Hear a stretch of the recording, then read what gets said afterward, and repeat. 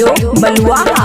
लगवाला चटनी हम खियाइबो खोइछा में रे सुना हे रे लगवाला चटनी हम खियाइबो खोइछा में चलने बगैचा दिल दे बहु पैचा में रे यारवा चलने बगैचा दिल दे बहु पैचा में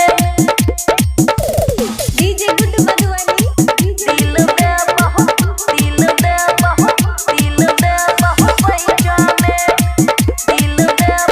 पैचा में। मिक्स बाय अमन अक्के।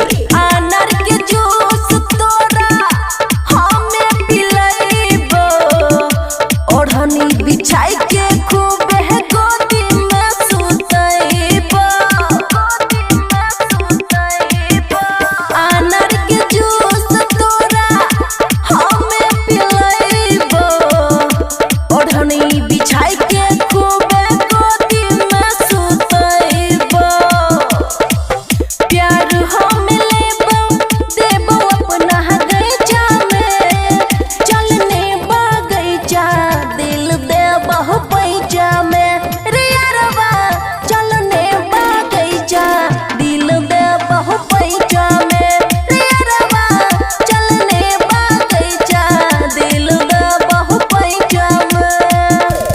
डीजे गुड्डू मधुबनी दिल दे बहु पैचा में दिल दे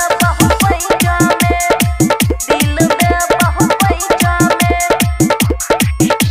रोशन दीवाना के लियो तोरे नाम जवानी रे खुशी के बुझे तू मन के परेशानी रे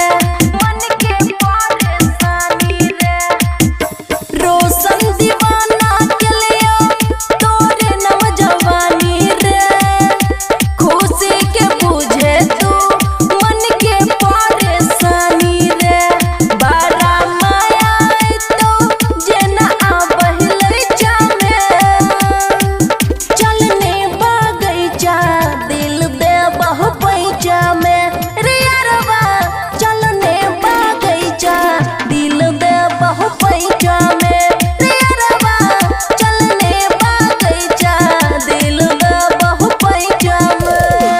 खुशी रिकॉर्डिंग स्टूडियो बलुआहा।